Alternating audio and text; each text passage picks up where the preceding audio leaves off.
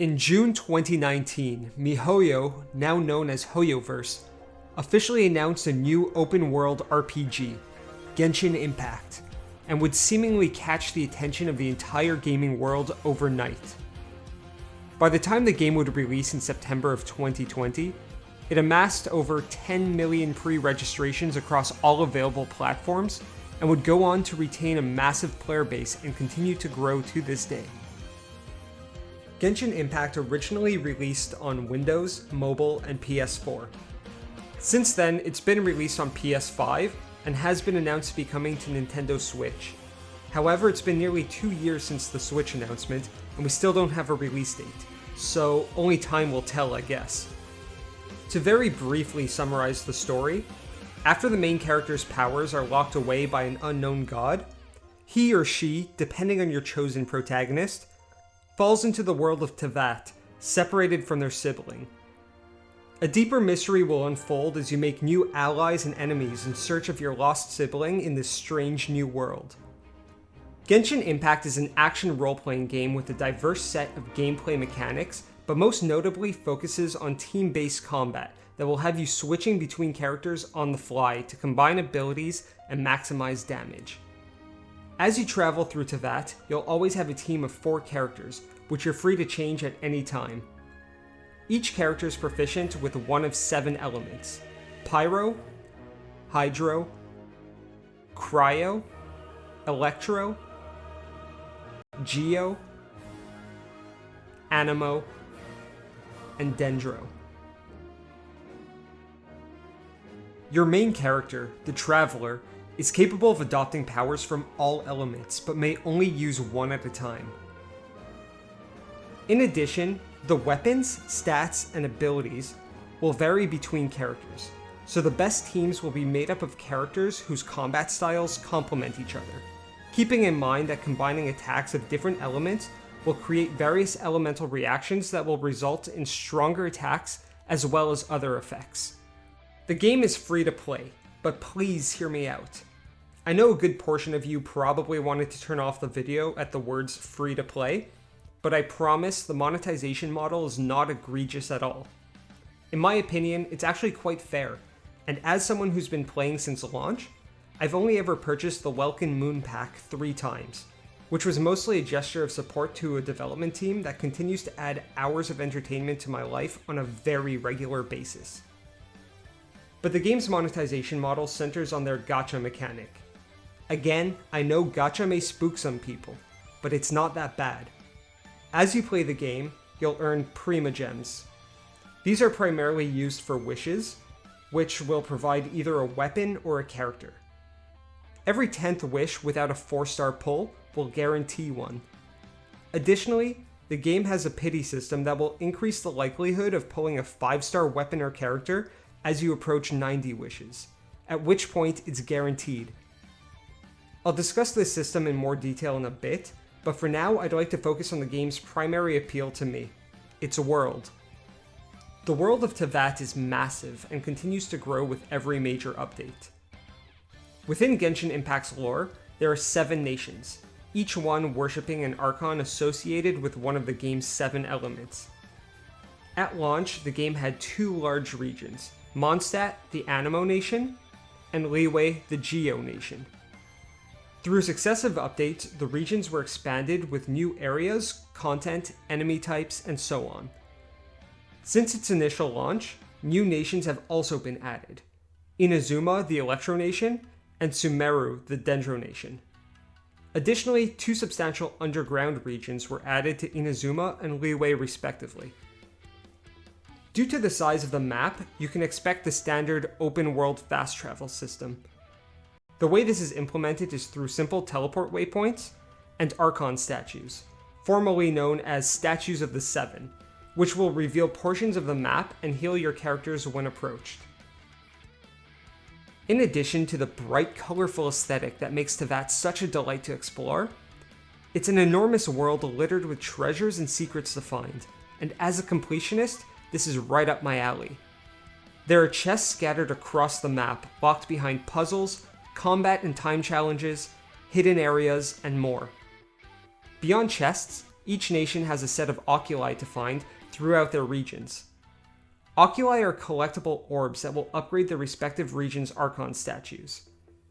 As an Archon statue's level increases, you'll earn various rewards, some of which will help with further exploration of the region.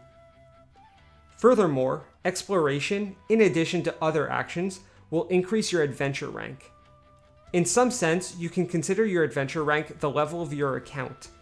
A higher adventure rank will allow you to increase the level of your world, which will in turn make enemies stronger, but provide better rewards.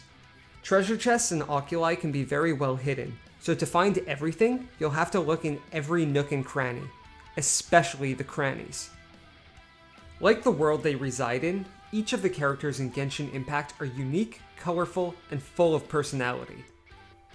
While there are a few 4-star characters that are acquired for free through story progression, characters are generally acquired through wishes, this game's gacha system. Receiving a duplicate of a character will allow you to increase that character's constellation, making them stronger and improving their abilities. Once a character's constellation is fully upgraded, any further duplicates will provide Masterless Star Glitter, which can be used in the Paimon's Bargain section of the shop menu. Masterless Star Dust is provided with every 3-star weapon obtained through wishes. The contents of the Star Glitter and Star Dust exchange vary cycle to cycle, with a few mainstays. The Stardust exchange has limited quantities of items, but refreshes roughly every month. Aside from increasing characters' constellation, characters can be enhanced in several ways. Their base level can be increased up to level 90. This will increase the character's base stats. However, at certain intervals in a character's ascension, particular items will be necessary to reach the next ascension level. These items are generally earned by defeating enemies in the world and gathering various resources. Each character additionally has a few talents that can be upgraded. These correspond to their basic and charged attacks, their elemental skill, and their elemental burst. In addition to the 3 previously mentioned methods of improving characters, their stats can be enhanced by equipping them with artifacts. Artifacts come in sets of 5 and provide stat boosts and other beneficial effects. For example, equipping 2 pieces of the Blizzard Strayer set gives a 15% bonus to cryo damage. With 4 pieces of this set, crit rate is increased by 20% when attacking an enemy affected by cryo. If the enemy is frozen, the crit rate is also increased by 20%. Aside from set bonuses, there's a lot more variability among artifacts, so 2 identical artifacts may otherwise vary in their specific stat boosts. In this regard, farming for a good set could be extremely tedious if you're more hardcore and want an ideal set. Personally, I just settle for a complete 5-star set. Artifacts can also be independently upgraded to level 20, which will increase their stat boosts and may acquire additional stat boosts as they're leveled up. Finally, each character is equipped with one type of weapon. There are swords, claymores, polearms, bows, and catalysts. Similar to characters, weapons can be leveled up as well as merged with duplicates to refine the weapon. Weapons can reach a maximum refinement level of 5. However, unlike characters, you may carry duplicates of weapons. Some 1 and 2-star weapons can be purchased in shops. However, weapons up to 3 stars can be found in chests around Teyvat. Additionally, you'll acquire weapons by wishing. Since characters only come in the 4 and 5-star variety, the vast majority of your wishes will provide 3-star weapons. However, 4 and 5-star weapons are acquired in this way. That being said, there have been a few events that have given unique 4-star weapons, usually in theme with or related to the story of that event. A final notable detail about characters is that some of them will have passive talents that apply outside of combat. For example, some characters may reveal the location of certain materials on the minimap, or some may have a chance at producing extra food or special dish when cooking. Some may produce extra material when crafting, or return some materials used when forging. The list goes on, so I'd recommend checking if any of your characters have applicable passive talents when engaging in some of these actions. As I've mentioned, wishing is Genshin Impact's gacha system. At any given time, there are usually 3 possible banners to wish on. There's the standard banner that's always available, and 2 limited time event banners. The event banners consist of 1 weapon banner and 1, sometimes 2, character banners. As their names would suggest, these banners will only provide weapons and characters respectively for their 4 and 5-star offerings, and are only available for a short amount of time. Though event banners do usually come back around, so if you miss a character or weapon you really wanted, Patience will reward you with another opportunity. To make a wish, you'll need to use fates. There are 2 kinds of fates: intertwined fates, used on the event banners, and acquaint fates, used on the standard banner. You can earn fates from quests, special events, the battle pass, but primarily they're purchased from the shop. Primogems are the primary currency you'll use to purchase fates. However, I recommend avoiding the risk of purchasing the wrong type and just buy it directly from the wish banner menu. Since standard banner characters can also be acquired in the event banners, I suggest only using Primogems on the event banners. With regards to the pity system I mentioned, I should note that the pity count applies to each banner individually. Note that if there are 2 event character banners, their pity count is shared. Additionally, as it pertains to character event banners, after you've received a 5-star event character, the next 5-star character will have a 50-50 chance of being from the event or standard banner. If you receive a standard banner 5-star character on the event banner, your next 5-star is guaranteed to be an event character, and the cycle continues. With a little bit of restraint between event banners, you could basically ensure that you get just about every 5-star you desire. Aside from completing story quests, side quests, and special events, Primogems can be earned from daily commissions.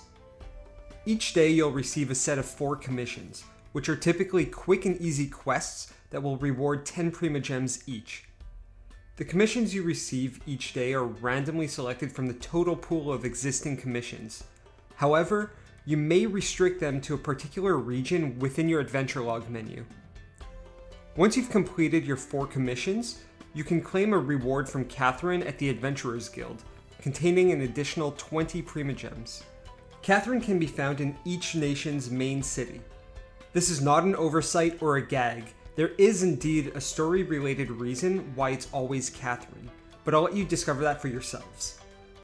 From Catherine's desk, you can also claim rewards for having increased your adventure rank, as well as send up to 5 characters at a time on expeditions for varying lengths of time. The longer characters sent on an expedition, the better the rewards you'll receive. Your character's levels and stats have no bearing on expeditions, and your characters will still be usable within your active party, so you don't need to overthink this element of the game. Another major form of daily content will be the use of your resin. You'll have a maximum of 160 resin at any given time, and it constantly replenishes at a rate of roughly 1 resin every 8 minutes.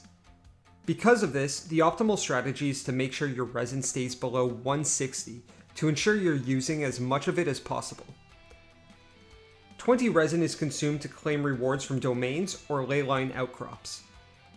Domains and leyline outcrops are combat challenges which can be done solo or in co-op, but co-op is generally advised for domains, especially for the higher level ones.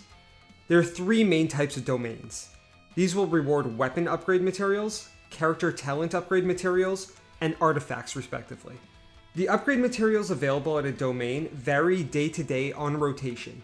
However, you can acquire any of them on Sundays. Leyline outcrops are much easier and can be easily completed in solo mode. There are 2 types of leyline outcrops. The blue ones reward experience books used to level up characters, and the yellow ones reward Mora, the main currency used in Teyvat. Alternatively, resin can be used to fight boss enemies, of which there are 2 main types.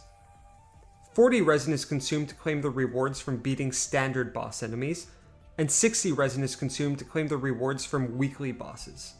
However, as more weekly bosses have been added, the resin cost for your first 3 per week have been reduced by half. Defeating weekly bosses will award special talent upgrade materials and the possibility of earning material for crafting special 4-star weapons, in addition to a bunch of lesser rewards. Standard boss enemies will primarily provide character ascension materials, in addition to lesser rewards. As with domains, both standard and weekly bosses can be fought in solo or co-op mode, with the exception of the first weekly boss to be unlocked, Dvalin. Dvalin can only be fought in single player. However, once you've figured out his pattern, he's tremendously easy to defeat. Another type of weekly content comes in the form of reputation. Each region's main city will have a board at which you can take 3 bounties and 3 requests per week.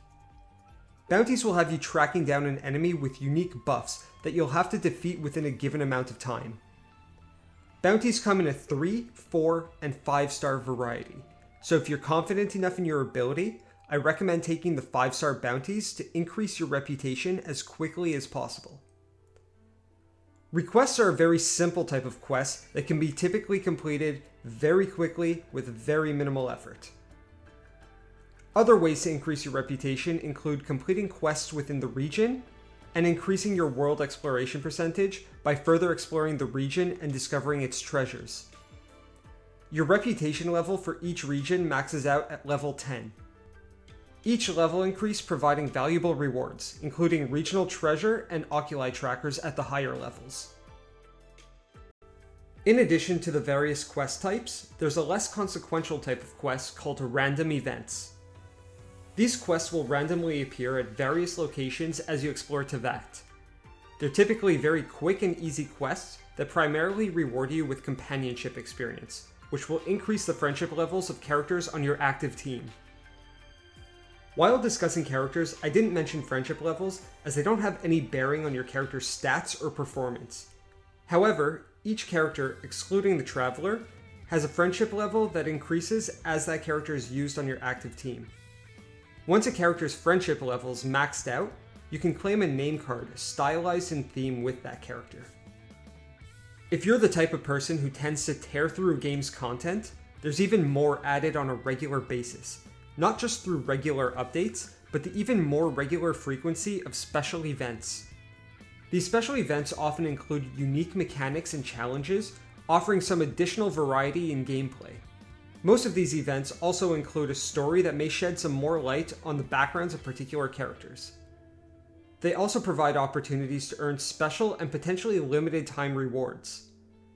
Special events are another primary source of Primogems as they tend to be offered as rewards in large quantities.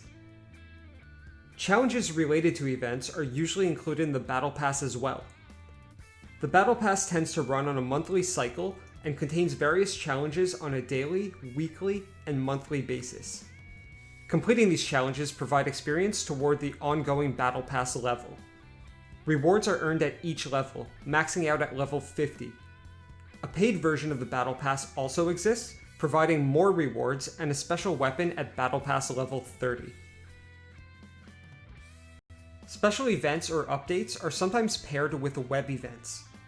Web events usually last at least a few days and are easy opportunities to claim Primogems, as they tend to just be goofy little quizzes, puzzles, or board games completed within your browser and usually give you opportunities to correct mistakes. Once completed, your rewards are sent to your in-game mail. These web events can usually be accessed in Hoyoverse's companion app, HOYO Lab, from which you can also claim daily rewards including Primogems, as well as check out fan art, interact with the community, and more. There are additional features that have been added since launch, such as trees in certain regions that can also be leveled up. However, discussing these in any significant detail would be redundant, as their mechanics are very similar to the statues of the Seven and the reputation boards. However, there are a few features that stand out as unique enough to briefly discuss. Fishing has been added as a feature in the game. Various fishing spots can be found across the world of Teyvat, containing a variety of different fish. You'll need to use the appropriate bait for whichever fish you're aiming to catch.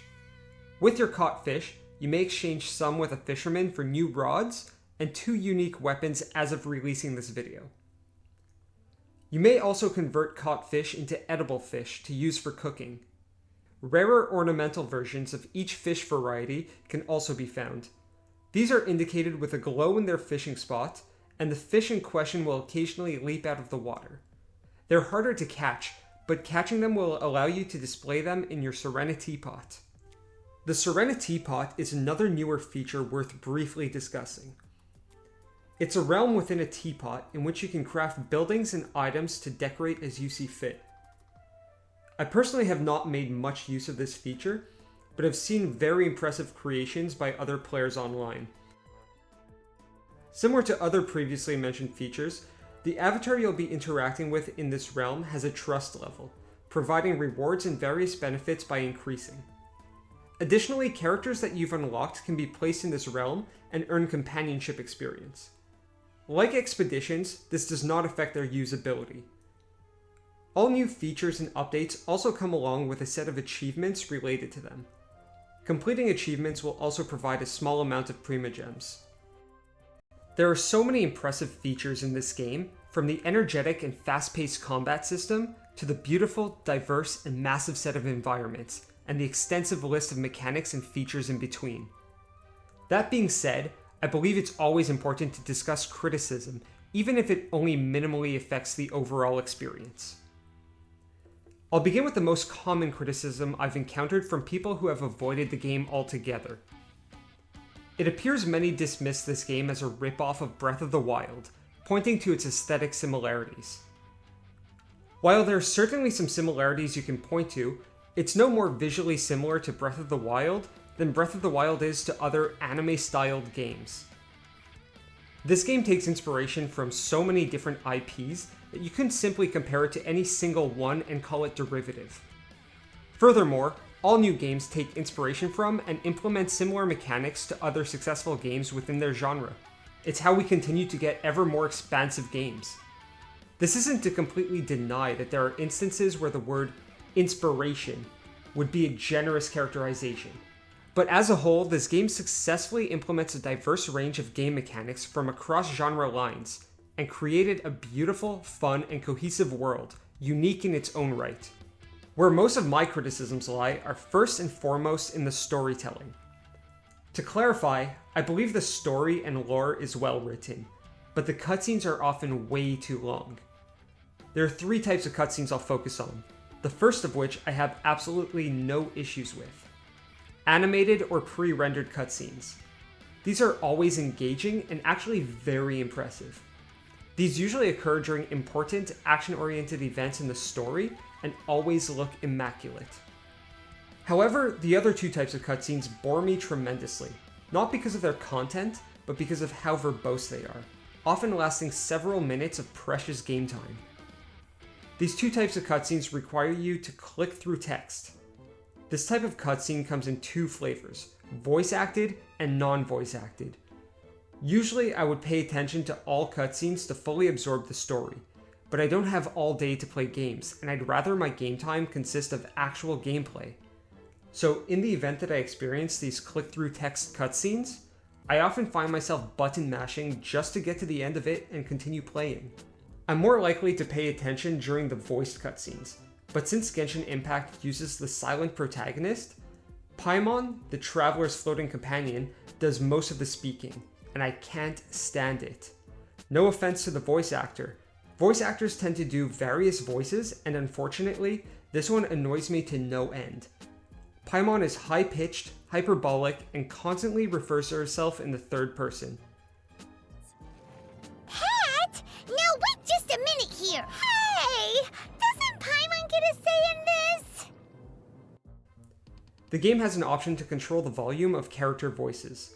I just wish I could turn off Paimon's voice without affecting the others. That being said, I've completed all of the story content to date, so I tend to only hear Paimon's voice when the new story content is added. Another criticism I have is it a newcomer's lack of ability to play in co-op. Most of the people I've personally been able to get into this game were initially open to it due to the ability to play in co-op. However, a player must reach adventure rank 16 before being able to play with friends. It's actually quite easy to get to adventure rank 16, but for individuals with a less available game time, this could actually take a few days.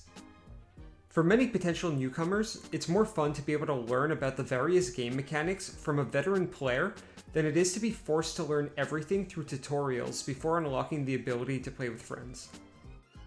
Additionally, much of the story-related content has to be completed in single player. While this may not be a major barrier for most people, beginning a quest sometimes locks you out of co-op until that quest is completed, which can be a larger issue for players who may want to play with their friends to level up before continuing a quest they may have been under-leveled for.